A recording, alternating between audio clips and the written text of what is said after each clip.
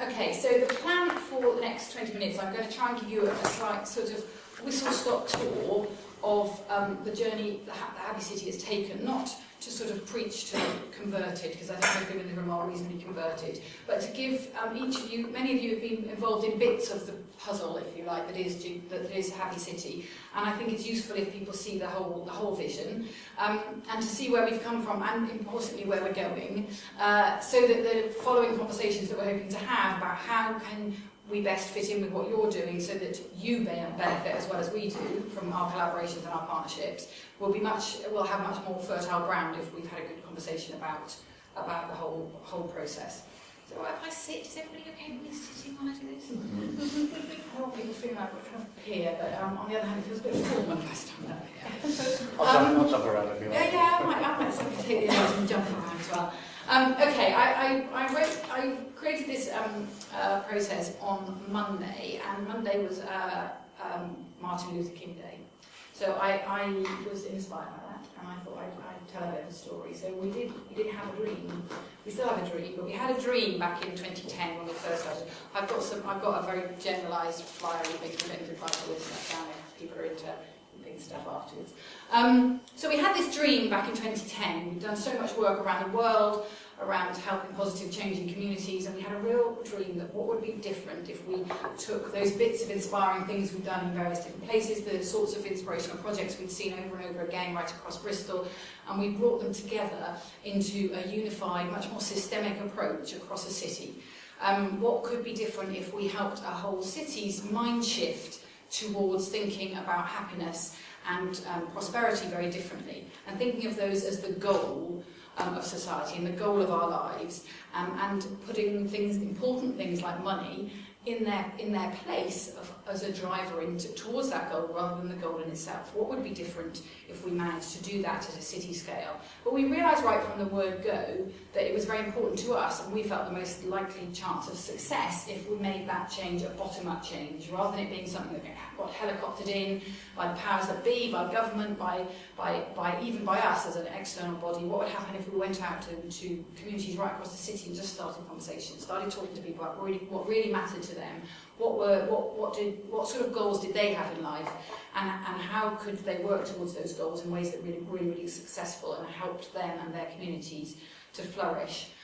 We were looking at creating a kind of tipping point of action. People often talked about tipping points, but actually could we start up enough different activities that would connect with different people in different ways, that would light that spark for people who weren't just the usual suspects. I mean that very respectfully of everybody in the room, but we've all worked on a lot of these things for a long time, and a lot of wonderful groups and wonderful ideas do an awful lot of work with people who are already really passionate about them. How could we reach beyond that? How could we reach out to communities that are a bit more than that? And in a sense, it sounds corny, but how could we inspire a city to take that step for themselves rather than needing to be pushed into taking it?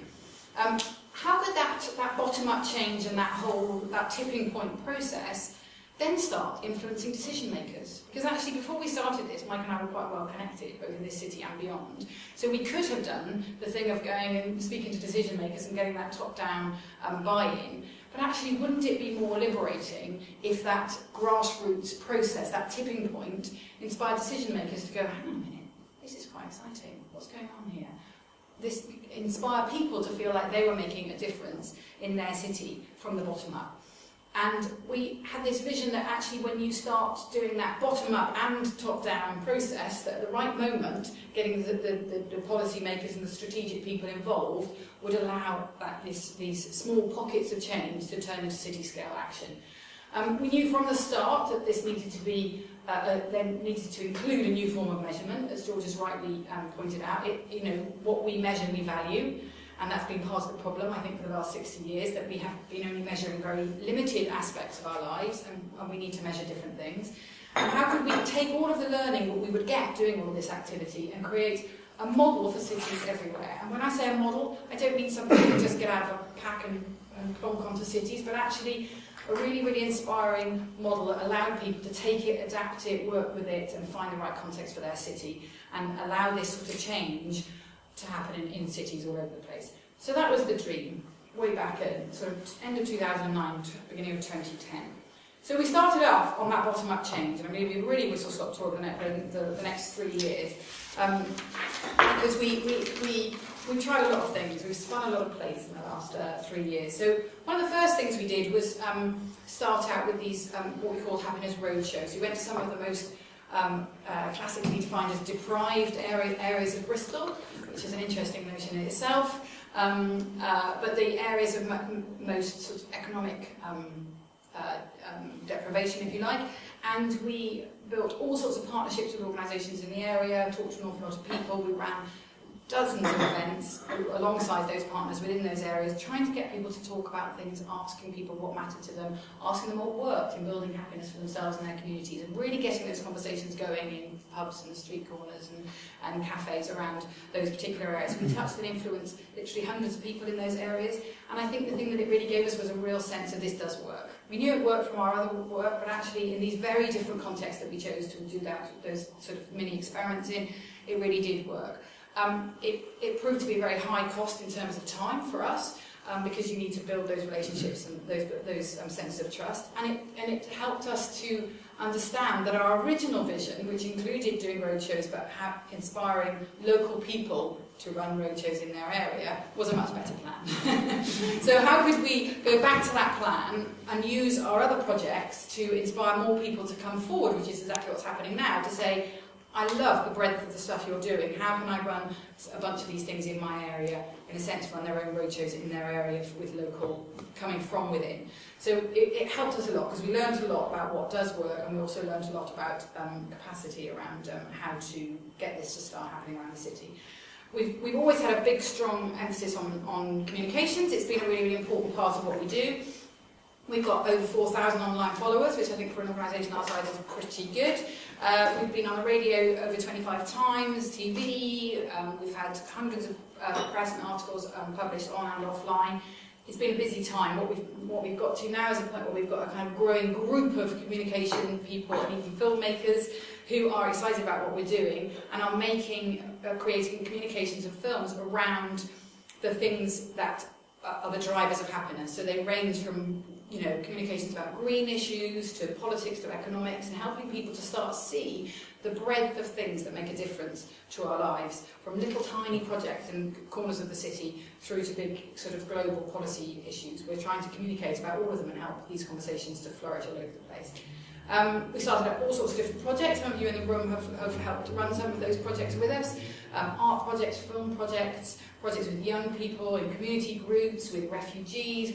We've done a lot of things, and as I said earlier, one of the things that we've really learned is that this subject of happiness reaches way beyond those usual suspects. Actually, there is pretty much nobody in the world who isn't interested in their own happiness and their family's happiness and the future happiness of their communities.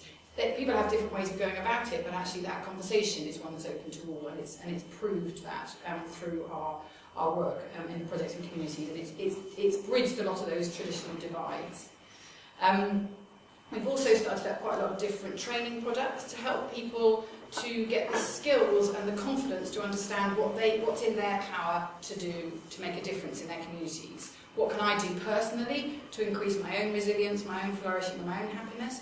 How can I support my community to do that? How can we have happier schools? How can we have happier workplaces? And we've got training products in all of those areas. We've worked with schools, we've worked with businesses, we've worked in communities, we've worked also in the public sector. We've been doing some quite interesting work with the City Council and with the NHS about embedding well-being into the way that we work, not just as a sort of separate add-on, but actually as a resilience about everything that we do and how we are in the world. Sorry, can I re-emphasise the train-the-trainer element of that? Yes, So, yeah. You weren't already saying that. Yeah, no, I was going to come back to that, but absolutely, the way that we're doing the training, in order for it to be that tipping point, trickle-out thing, is training the people who are out there in communities already, training the people who are working with young people, or people who are working with communities, people who are out there already. How can we support them to offer this sort of these insights and these skills in the work that they do? because they're the experts. Events, we've done loads of events, over 50 individual events. We've run 2 major Happy City Zones at the Heart Festival. Through those things, we've interacted with literally many thousands of people. So there are a lot of people. I'm constantly surprised when I'm at Happy City and I'm out and about in all sorts of very strange situations. People go, oh yeah, I've seen Happy City, I know about Happy City. So that sense that this is an important subject has gone from being very peripheral to it's definitely growing around the city. And finally, the index, which is still an in-principle thing, but we have brought together, we're very lucky to be brought together a really exceptional group of people from around the country who are some of the global experts in measuring well-being and new measures of societal progress. And they've brought together this very exciting brief, and they and we are very convinced that this is potentially a very game-changing initiative. There's a lot of interest. We're starting to get interest all over the place about this index tool that will help to shift the dial, if you like. In fact, that was a recent IPPR report called "Shifting the Dial." It is about shifting the end goal, shifting what we value, and therefore the knock-on effects on people and the environment are huge. So those are some of the things we've been doing in the last 3 years. And last summer we took what I've chosen to call a strategic pause, because we had been spinning a lot of plates, as you might have gathered from that quick whistle-stop tour. We felt we had got to a point where we'd tested, I put there enough working parts with a question mark. We tested enough to see that the principles behind what we're talking about resonated with people all over the city, that the skills that we were imparting did change lives, that these sorts of things worked with young people and old people, with Cliftonites and Mill Westers and Lawrence Hill residents. It worked at all those different levels. We knew that for there to be a tipping point, there needed to be more of those things happening in different places. We can't run 10 different, it's been a little bit like running 10 different charities in the last 3 years, and we couldn't continue to do that. So we wanted to take a much more strategic and sustainable approach. Ironically, in some ways, go back to that original dream, which we knew would be a sensible way of working, and keep the whole thing much more manageable and more sustainable for ourselves, as well as for our team, many of whom are here and have stuck with us. So we've created a sort of strategic model, if you like, which I'm going to come to much more in the next bit. But the important thing about it is that it's very much about partnership approach to delivery. So all of those bits that I've just described, we as a small organisation have no vision of becoming some huge, big, we're not going to start, competing with the council for how many employees we have. We have no wish to become like that. What we want to do is be providing a service to partners all over the city who are doing incredibly exciting things already themselves and who are interested in working with us to support this notion of flourishing becoming embedded across the city. And that partnership approach is becoming more and more vital to our model, which will leave us to focus much more on the kind of core things that we can provide to those partnerships to make sure they work well. One of the keys to those is working well with those who work with others. So we're beginning to work much better with some of the neighbourhood groups, some of the community groups, to help them, train them, support them, give them projects, etc., that work for their own objectives, that can start spreading these things out. And also working with the city scale mechanisms like the council and the NHS, which I'm going to come to a little bit now. So helping us to be more strategic. We've been doing some really interesting work with the NHS. They're very sorry not to be here tonight. They wanted to do something with the 5 Ways to Wellbeing, which the Economics Foundation created. That never really taken off at a public level. They came to us and said, you've obviously got an amazing record now of getting through to people and communicating with them in ways that get people so excited about something. Can you help us to do that with the 5 Ways to Wellbeing? So we've worked with them to create a whole campaign, which we're now beginning to roll out, starting with training people who are working right across the city in how to use the 5 Ways in the way that they work. So it's embedding this thinking right across the sort of system of the city, if you like. We're also working with some housing associations. They are fantastic kind of mini test beds. George has talked a lot, I think, in some of his speeches about wanting Bristol to be a test bed. For us, housing associations are great. They're small communities with people who have multiple different challenges in their lives often. How can we support housing associations to use our product, use our skills, use our projects, and help to build communities based on these principles around how do we help each other to flourish, how do we work in ways that help to build resilience within our communities and within ourselves and with each other. So housing associations are really excited about the sort of things that we're offering them. Neighbourhoods, it's great Dyer's here. We've started already working with neighbourhoods. The particularly good example, we're working with Easton and Lawrence Hill neighbourhood, where they're wanting to embed our project into the way they work, rather than saying, okay, we'll do that on the side, but actually how can they embed some of these things in, because they're fulfilling their aims of helping the community to flourish. So how can we embed them? And groups like them and others are very interested, when we have the index up and running, at using the index as a way to measure this extraordinary impact that they're having, but doesn't necessarily come up in the sorts of measures that we currently use.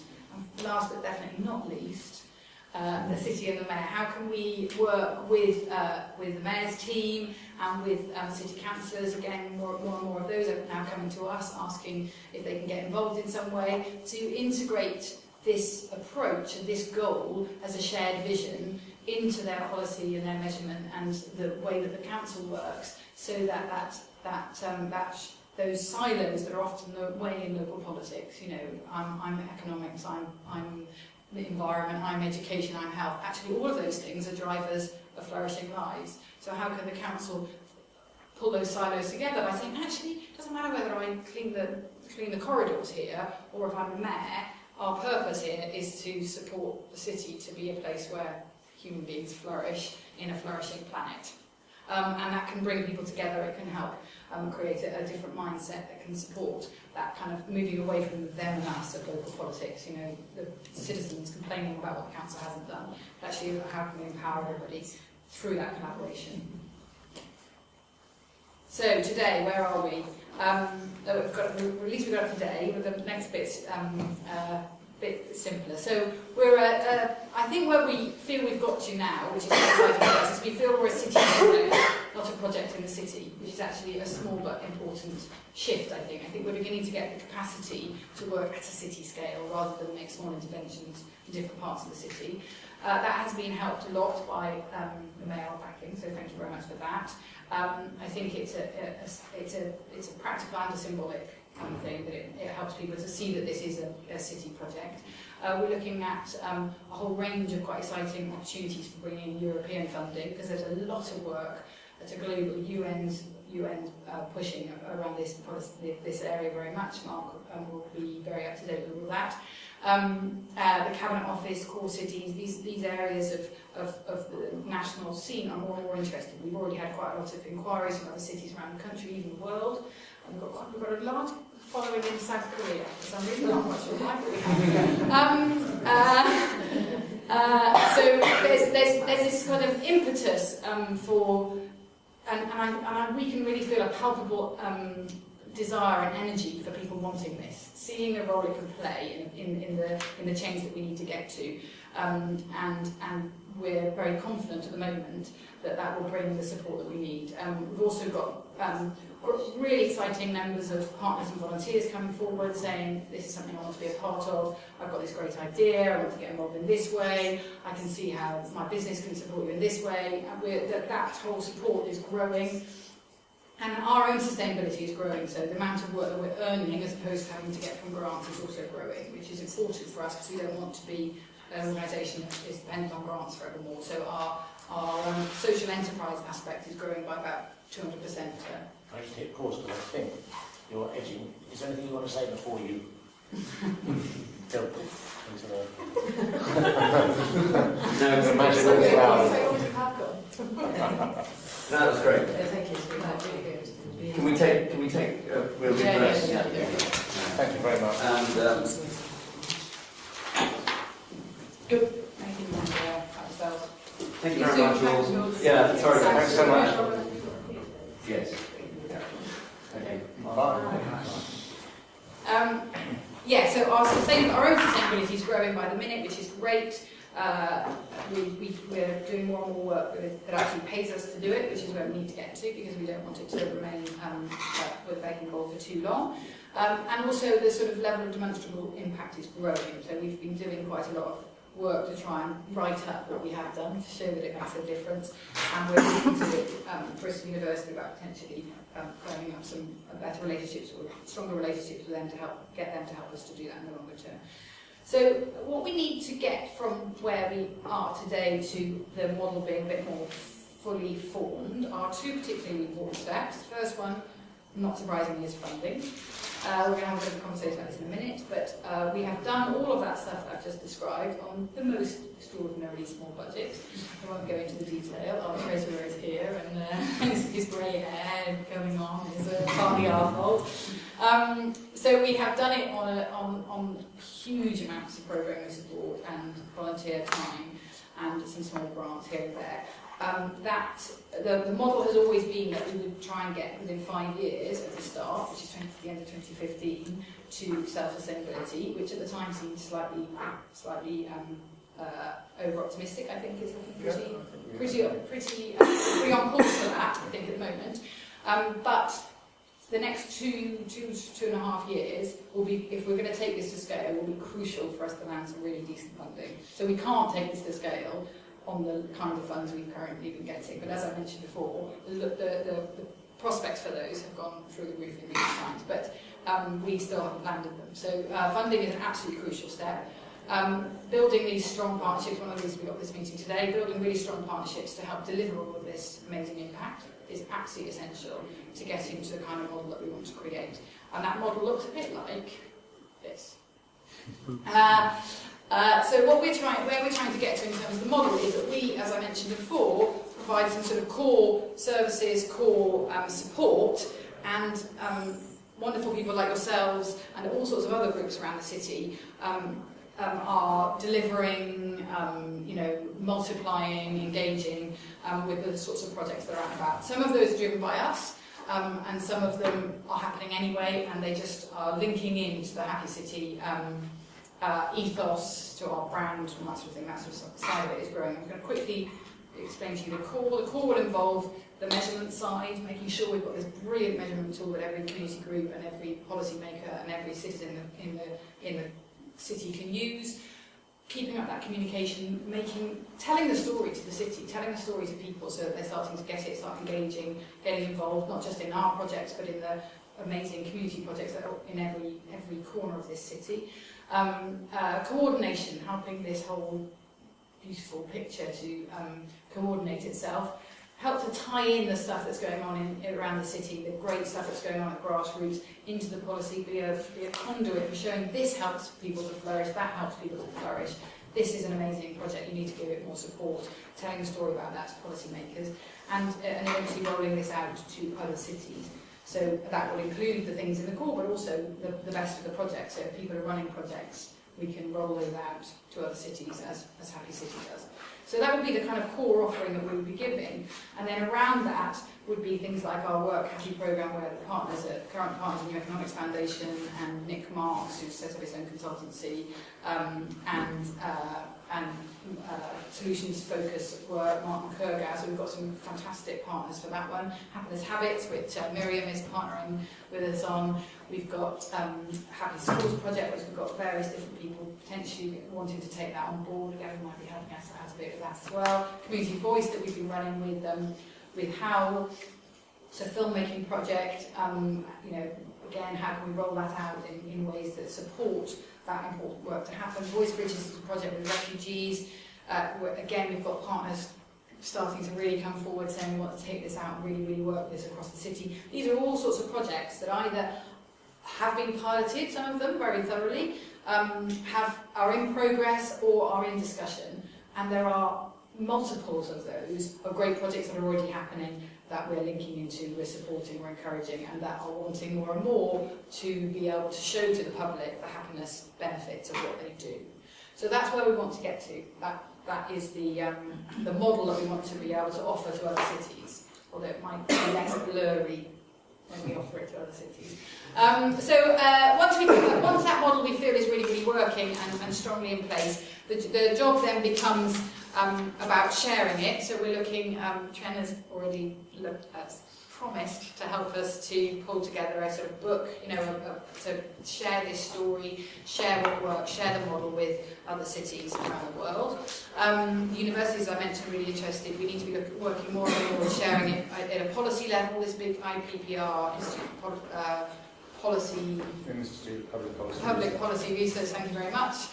Just brought out this big report about new measures of growth and prosperity. They looked at examples all over the world, and their 3 recommendations were almost could have been taken word for word from our original policy document that we came up with in 2010, and are exactly what we're doing. So we need to be feeding more into that stuff so that this stuff gets spread around the world.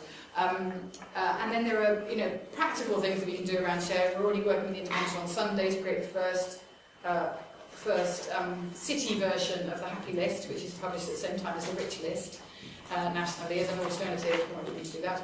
As an alternative, as an alternative to the Rich List. So anyway, we've got some great sharing opportunities.